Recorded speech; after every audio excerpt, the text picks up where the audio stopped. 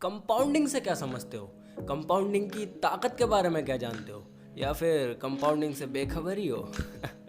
तो वीडियो शुरू होने से पहले मैं ये बता दूं कि फॉर्मूला बेस या स्कूल बुक बेस नहीं, प्रैक्टिकली कंपाउंडिंग को समझने वाले हैं और कंपाउंडिंग से कैसे अपनी ज़िंदगी, बैंक बैलेंस और हर एक चीज़ जो बेहतर बनने के लायक है उसे बेहतर किया जा सकता है। पता चलेगा गेट आइडियाज़ के साथ।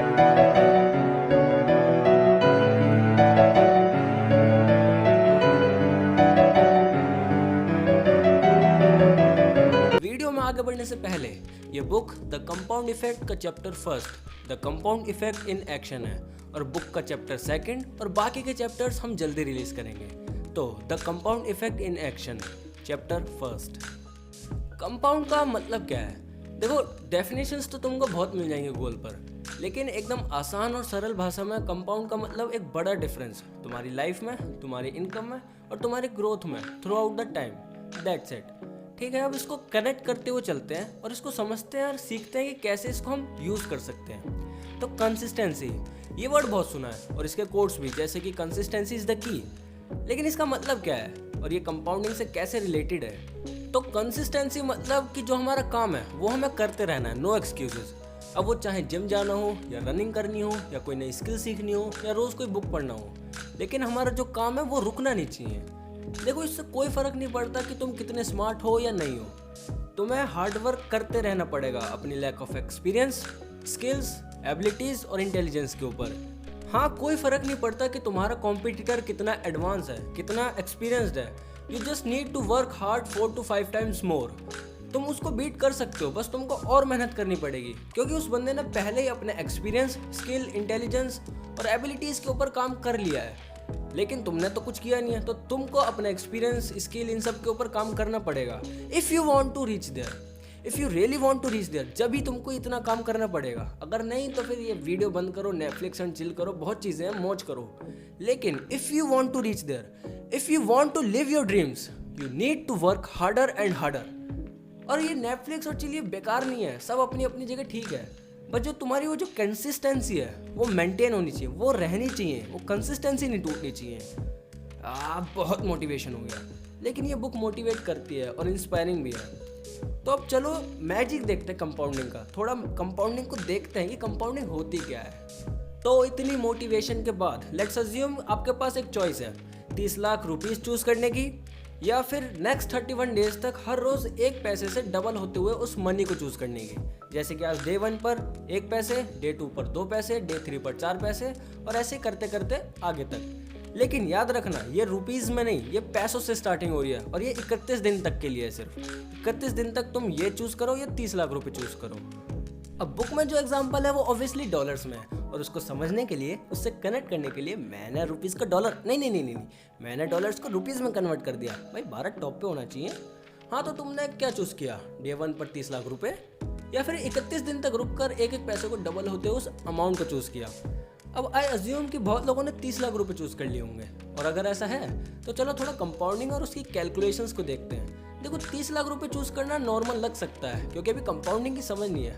तो let's have a look on compounding magic. Day 1 पर 1 पैसे, डे 2 पर 2 पैसे, डे 3 पर 4 पैसे और ऐसे करते करते 1 रुपये कब बनेगा? तो 8वें दिन जाकर 1 रुपये 28 पैसे बनेंगे। अभी भी पहले दिन पर 30 लाख रुपए मिल रहे थे, वो ज़्यादा बेहतर है, लेकिन अभी भी 8 दिन में 1 रुपया मिला है, इससे क्या ही होगा, बेकार चॉइस है। लेकिन अभी रुको, 31 दिन है, रुको तो सही, कंपाउंडिंग मैजिक को देखो अभी। तो अब 8वें दिन से चलते सीधा डे 21 पर। 21वें दिन हो चुके हैं 10,485 रुपये 76 पैसे। अभी भी 21 दिन में सिर्फ 10,000 रुपये, बेकारी चॉइस है, इसको कौन ही लेगा? 30 लाख ज़्यादा बेहतर है, 21 दिन में भी सिर्फ 10,000 रुपये, और कौन ये बेकार सा ऑप्शन पिक करेगा? छोड़ो इसे, 30 लाख रुपये तो जल्दी से। लेकिन 10 दिन और हैं, अभी 10 दिन में कंपाउंडिंग का असली मैजिक देखो। अब डे 21 से चलते सीधा डे 25 पर। डे 25 पर हो चुके हैं रुपये 1,67,772 रुपये 16 पैसे, जिसको इंग्लिश में समझना है 1,67,772 रुपीज़ 16 पैसे। और अगले ही दिन ये डबल होकर हो गया 3,35,544 रुपये 32 पैसे हो गया। मतलब डे 1 पर 30 लाख रुपये और 26 दिन हो गए सिर्फ 3 लाख रुपये, 10 गुना पैसे कम। ये कैसा कंपाउंडिंग है? लेकिन अभी रुको, लास्ट 5 डेज तक रुको, 27, 28, 29, 30। डे 30 और आज कितने रुपए हो गए? 53,68,709 रुपये 12 पैसे। और अगले ही दिन लास्ट डे 31 1,07,37,418 रुपये 24 पैसे। क्या अभी भी 30 लाख बेहतर है? Obviously not. ये एक एग्जाम्पल था कंपाउंडिंग को समझने के लिए, कंपाउंडिंग के बारे में जानने के लिए। अब कहाँ 25वें दिन 10 गुना कम पैसे थे 30 लाख से, लेकिन फिर अचानक से ये क्या हुआ? ये कंपाउंडिंग है। अब कितना समझने लगे हो कंपाउंडिंग को? रियल वैल्यू पता चली कंपाउंडिंग की? हाँ, मतलब ऊपर ऊपर से थोड़ा बहुत आइडिया लग गया है, लेकिन ये बिग डिफरेंस आएगा कैसे?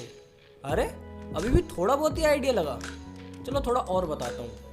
देखो, जैसे कंपाउंडिंग से बेहिसाब डिफरेंस आ सकता है ग्रोथ में, ये सेम चीज़ डाउनफॉल के लिए भी है। और ये बिग डिफरेंस आता है स्मॉल और स्मार्ट चॉइसेस प्लस उसमें कंसिस्टेंसी और उसमें टाइम, अच्छा खासा टाइम इक्वल्स टू बहुत बड़ा डिफरेंस। अब ये तुम्हारे ऊपर है वो तुम बड़ा डिफरेंस किस चीज़ में चाहते हो, ग्रोथ में या फिर डाउनफॉल में। अगर डाउनफॉल के नज़रिए से देखें तो मान लो वैसे ही एक दिन से एक एक पैसे डबल होकर तुम्हारा लॉस होने लगे, तो तुम 31 दिन में 1 करोड़ रुपए लॉस कर चुके होगे। तो यही इसी को कहते हैं द रिपल इफेक्ट। और ये हम अपनी हेल्थ से भी समझ सकते हैं, लेकिन पैसे से कुछ ज़्यादा अच्छे से समझ आता है। हाँ, तो अब ये मानो तुम अच्छे खासे टाइम तक अपने शरीर के लिए काम करो, अपनी मेंटल पीस के लिए काम करो, अच्छा खाओ, अच्छा पियो, एक्सरसाइज करो, तो क्या होगा? तुम्हारे अच्छी बॉडी बनेगी, मतलब तुम्हारा फिजिक अच्छी होएगी, तुम्हारी बॉडी अच्छी होएगी, तुम्हारा टेक्सचर अच्छा होएगा, मतलब कि ओवरऑल तुम अच्छे बनोगे, ठीक है। और वहीं अगर इसको उल्टा कर दे, द रिपल इफेक्ट देखें, तुम अपने रूटीन में cigarettes, alcohol and all the stuffs add करो, तो फिर उससे क्या होगा? शरीर का कबाड़ा होएगा। और क्या होगा? और कबाड़ा ऐसा वैसा नहीं, कंपाउंडिंग के वे में कबाड़ा होगा। जैसे कि तुम जितना अच्छे से ऊपर उठ रहे थे बेहिसाब, वैसे ही बेहिसाब कबाड़ा होएगा। लेकिन भैया ये फास्ट ग्रोथ बिग डिफरेंस जल्दी नहीं आ सकता क्या? मतलब कि टाइम कम हो, सिंपल। नहीं, जल्दी तो नहीं आ सकता, टाइम देना पड़ेगा और अच्छा खासा टाइम देना पड़ेगा। तो एक बात बताओ, 21वें दिन 10,000 रुपये थे, 31वें दिन 1 करोड़ हो गए।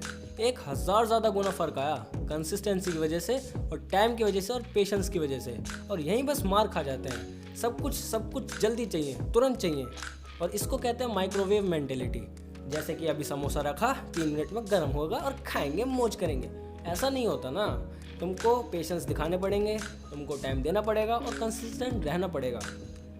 लेकिन अब तुम तो जान गए ना कंपाउंडिंग को, तो get ready for big difference. अब ये डिफरेंस अच्छा होगा या बुरा होगा, ये तुम्हारे ऊपर है।